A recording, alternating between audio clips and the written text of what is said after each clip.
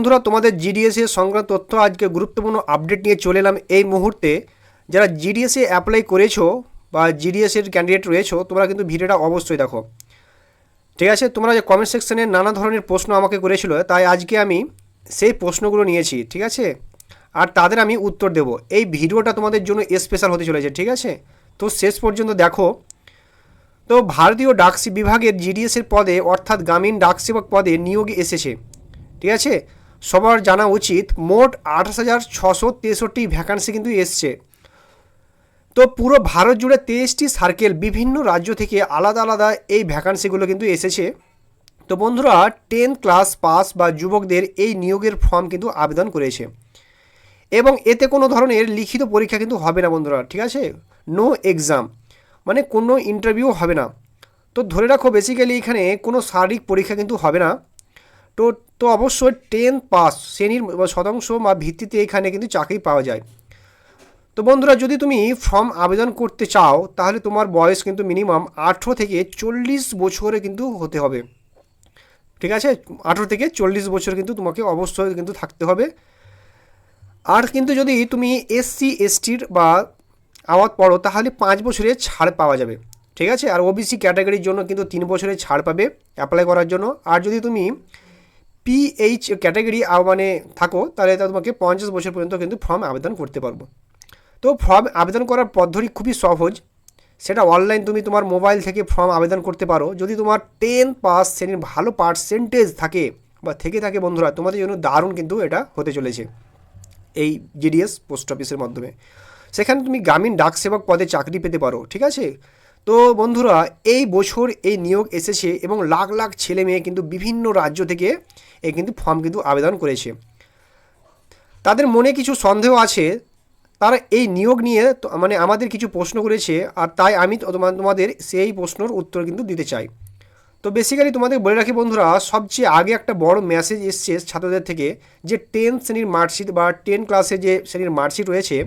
তো বন্ধুরা, document verification করার আগে নিজের মোবাইল বা ডিজিলকার অ্যাপ ডাউনলোড করে 10 পাস শ্রেণীর মার্কশিট দেখতে যাচ্ছে। ঠিক আছে, বা দেখার জন্য বলেছে। তো কিন্তু অনেক বাচ্চার অনেক বন্ধুর সামনে একটা সমস্যা এসছে। যেই মুহূর্তে তারা বন্ধুরা ডিজিলকারের 10 পাস শ্রেণীর মার্কশিট ডাউনলোড করতে চাচ্ছে, ঠিক আছে, ডাউনলোড করতে যাচ্ছে, তখন কি হচ্ছে, তখন ডাটা নট রেকর্ড ফাউন্ড লেখা দেখাচ্ছে। তো তখন বন্ধুরা এটা দেখে বন্ধুরা এটা দেখে যে খুবই চিন্তিত, কারণ আমাদের যে মেরিট লিস্টের নাম এসেছে কিনা 10 যে পাসের যে শ্রেণীর মার্কশিট বা ডিজিলকারে এসে দেখাচ্ছে না। তখন অনেক ক্যান্ডিডেট এভাবে ভয় হচ্ছে, হয়তো আমার ভেরিফিকেশানে ফেল করে দিয়েছে বা ফেল করে যাব, এই রকমের ভয়ের বন্ধুরা ভেরিফিকেশানের জন্য যাচ্ছে। তো বলবো বন্ধুরা, তো যদি আপনার সাথেও এরকম কিছু ঘটে তাহলে বন্ধুরা আপনাদের ভয় পাওয়ার কোনো দরকার নেই। ঠিক আছে, কোনো সমস্যা নেই। তো যেখানে সেখানে আপনার ডকুমেন্ট ভেরিফিকেশান হবে, সেখানে আরাম করে যান। ঠিক আছে, চিন্তার কোনো কারণ নেই। যে কমিটি বা ডিপার্টমেন্ট তার আর পোস্টের অফিসাররা ডকুমেন্ট ভেরিফিকেশানে করবেন, তাদের কাছে অন্য মাধ্যমেই আছে, যার মাধ্যমে তারা আপনার 10 শ্রেণীর মার্কশিট অনলাইনে চেক করতে পারবেন। তো বন্ধুরা, এপিআই সেতু বোর্ডের ওয়েবসাইট থেকে ডরাবেন না বা ভয় পাবেন না। যদি ডিজিসিএ থেকে 10 শ্রেণীর মার্কশিট দেখছে না, ঠিক আছে, তাহলে একদম টেনশন নেওয়ার দরকার নেই। পরের ধাপ হলো মেডিকেল। তো সার্টিফিকেট ডিজিএসের যে তোমাদের জিডিএসের মেডিকেল সার্টিফিকেট থাকা খুব জরুরি। তাই বন্ধুরা জিজ্ঞাসা করছে, স্যার প্রাইভেট হাসপাতাল থেকে কি করানো যাবে নাকি শুধু সরকারি হাসপাতাল থেকে করানো উচিত এই মেডিকেল সার্টিফিকেট? তো বেসিক্যালি তোমাদেরকে বলবো আমি যে ডিপার্টমেন্ট অফ পোস্টের অফিসিয়াল নোটিফিকেশানে স্পষ্ট বলা আছে যে জিডিএস ডকুমেন্ট ভেরিফিকেশনের সময় মেডিকেল সার্টিফিকেট তোমাদের থাকা বাধ্যতামূলক। সেটা অবশ্যই সরকারি হাসপাতাল বা ডিফেন্সেরা বা প্রাথমিক স্বাস্থ্য কেন্দ্র থেকে করানো উচিত, যেটা আপনার কাছে সবচেয়ে কাছের প্রাইভেট হাসপাতালের সার্টিফিকেট চলবে না। বুঝলেন? তো তাই বন্ধুরা এই বিষয়ে কোনো আপত্তি নেই, বাকিটা কিভাবে করবেন সেটা আলাদা কথা হবে। তো বন্ধুরা দেখো বা ভাই বোনেরা, একটা বড় সমস্যা আছে। কি সমস্যা দেখো, কিছু ডিভিশনে যেখানে তো বন্ধুরা ডকুমেন্ট ভেরিফিকেশান চলছে, সেখানে ওই এলাকার সরকারি হাসপাতালে তৈরি মেডিকেল সার্টিফিকেট লাগবে। অনেক জায়গায় এভাবে চাওয়া হতে পারে, কিন্তু তোমাদের কি করতে হবে, প্রথমে নিজের এলাকার কাছাকাছি সরকারি হাসপাতাল বা ডিফেন্সারি থেকে মেডিকেল সার্টিফিকেট বানিয়ে নিয়ে যাও, ঠিক আছে। তারপর তোমাদের মেডিকেল তোমাদের সার্টিফিকেট বা ফরম্যাট পোস্ট অফিস বা বিভাগ থেকে দেওয়া হয়েছে, তাই ঠিক সেই ফরম্যাটে তোমাদের সার্টিফিকেট বানাতে হবে। তো বন্ধুরা, মেডিকেল সার্টিফিকেট বানাতে হবে, আমি সেটা টেলিগ্রাম চ্যানেল দিয়ে রেখেছি। তোমরা যদি নিতে চাও তো অবশ্যই তোমরা টেলিগ্রাম চ্যানেলে জয়েনিং হয়ে যাও, ঠিক আছে। কোনো চার্জ বা 1 টাকাও লাগবে না, তোমরা ফ্রিতে মেডিকেল সার্টিফিকেটটা কিন্তু তুমি কালেক্ট করতে পারো। তো ডিভিশনে ভেরিফিকেশানে করানো হচ্ছে, ঠিক আছে, করানো যাচ্ছে, তো সেখানে সেটা দরকার হয়, তাহলে তোমাকে সেটা অবশ্যই বানাতে হবে। এতে এমন কিছু নেই যা বাইরে থেকে করানো যাবে না, তোমার সময় পড়ার সুযোগ থাকবে, ঠিক আছে। তাই তুমি পরে একই জায়গা থেকে একই সরকারি হাসপাতালে মেডিকেল সার্টিফিকেট বানিয়ে দিতে পারো, বুঝেছো? তো পরের কথা বন্ধুরা, যারা ডকুমেন্ট ভেরিফিকেশনের সম্পূর্ণ করাচ্ছে, তাদের মোবাইল বা ইমেলে এবং এসএমএসে জানানো যাচ্ছে যে তোমার ডকুমেন্ট ভেরিফিকেশন সফলভাবে সফলভাবে কিন্তু হয়ে গেছে, ঠিক আছে। কী ধরনের মেসেজ এসছে আমরা সেটা আমাদের টেলিগ্রাম চ্যানেলে অলরেডি আমি তোমাদেরকে দিয়ে রেখেছি বা দিয়ে দিয়েছি, ঠিক আছে। যারা এখনও দেখোনি অবশ্যই দেখে নিও। তো একজন ছেলে আমাকে মেসেজ করে পাঠিয়েছে, সেটা যে তোমাদের সেটার একটাই যে, তাই সেটা দেখে নিও, ঠিক আছে।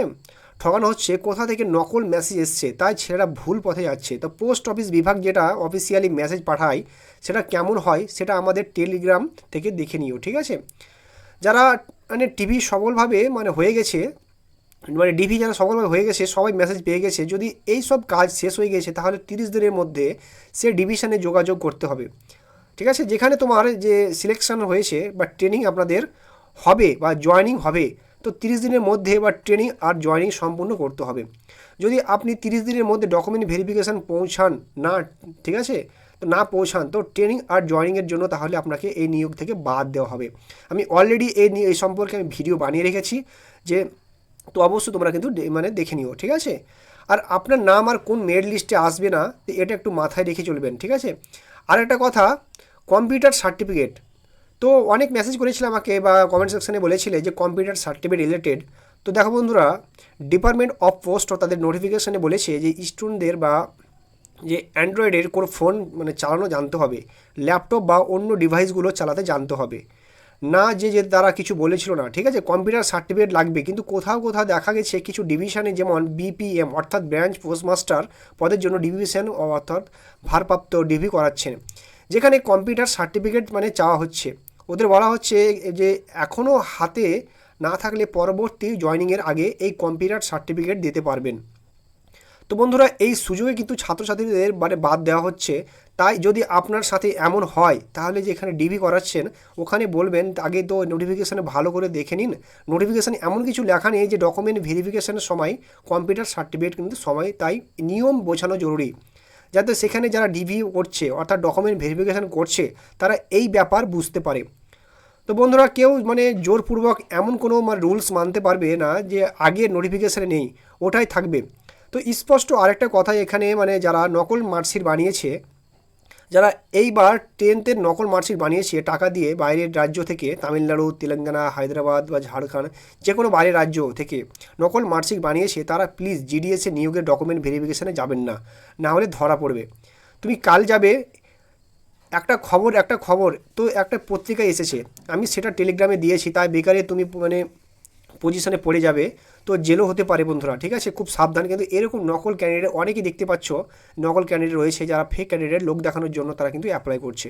তো অবশ্যই বলবো তারা কিন্তু যেও না, কারণ ধরা পড়লে পরবর্তী তোমার কেরিয়ার নষ্ট হবে, তোমার ওপর ছাত্রদের পক্ষে থেকে পদক্ষেপ এফআইআর হতে পারে, ঠিক আছে।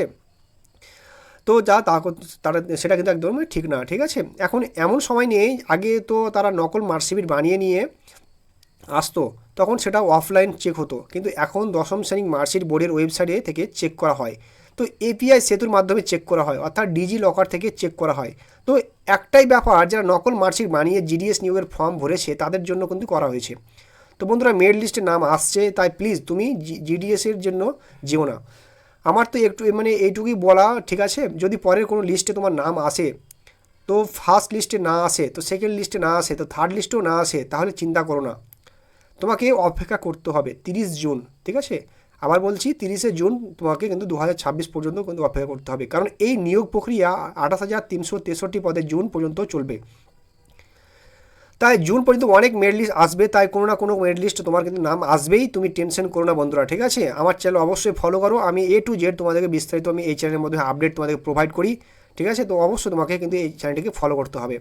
তো ফার্স্ট লিস্টে নাম হয়েছে, সেকেন্ড লিস্টে নাম হয়েছে, থার্ড লিস্টও হয়েছে, হতে পারে তোমার ভাগ্যর যখন জিডিএসের শেষ মেরিট লিস্টও আসবে তখন তোমার সিলেকশন হবে। তাই এটা নিয়ে বেশি চিন্তা করো না, টেনশন করো না, বুঝেছো। জুন পর্যন্ত তোমাকে অপেক্ষা করতেই হবে। যারা কম পার্সেন্টেজ পেয়েছো তারা বারবার মেসেজ করে, বিশেষ করে আমি তাদেরকে বলবো তাদের 33%, 14%, 50%, 60%, 65% পার্সেন্টেজ এইসব ছাত্ররা তোমাদের যদি এত পার্সেন্টেজ থাকে তাহলে তুমি জিডিএস রিক্রুটমেন্টের ফর্ম তো দাও। কিন্তু আমি মনে করি যদি আপনি হিন্দি ভাষী এলাকা থেকে হন, যেসব উত্তরপ্রদেশ, বিহার, রাজস্থান, ঝাড়খণ্ড, এইসব হিন্দি ভাষী উত্তরপ্রদেশ এলাকা থেকে, তাহলে এই ভাই বন্ধুরা আমি বলবো আপনার জিডিএসি নিয়োগের সিলেকশন হওয়ার সম্ভাবনা নয়।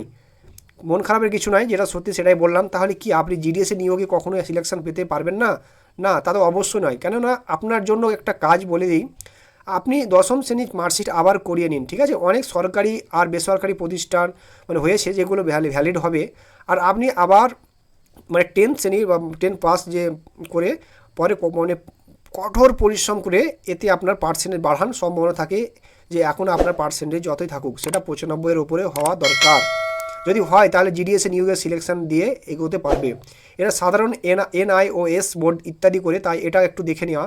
বাকিরা ভাইয়া তোমাদের যদি পুরো প্রশ্ন থাকে তাহলে আমাকে জিডিএসের সংক্রান্ত তথ্য জানাতে পারো টেলিগ্রাম চ্যানেলের মাধ্যমে, আমি তোমাদের কোশ্চেনের অ্যান্সার দিয়ে দেবো, ঠিক আছে।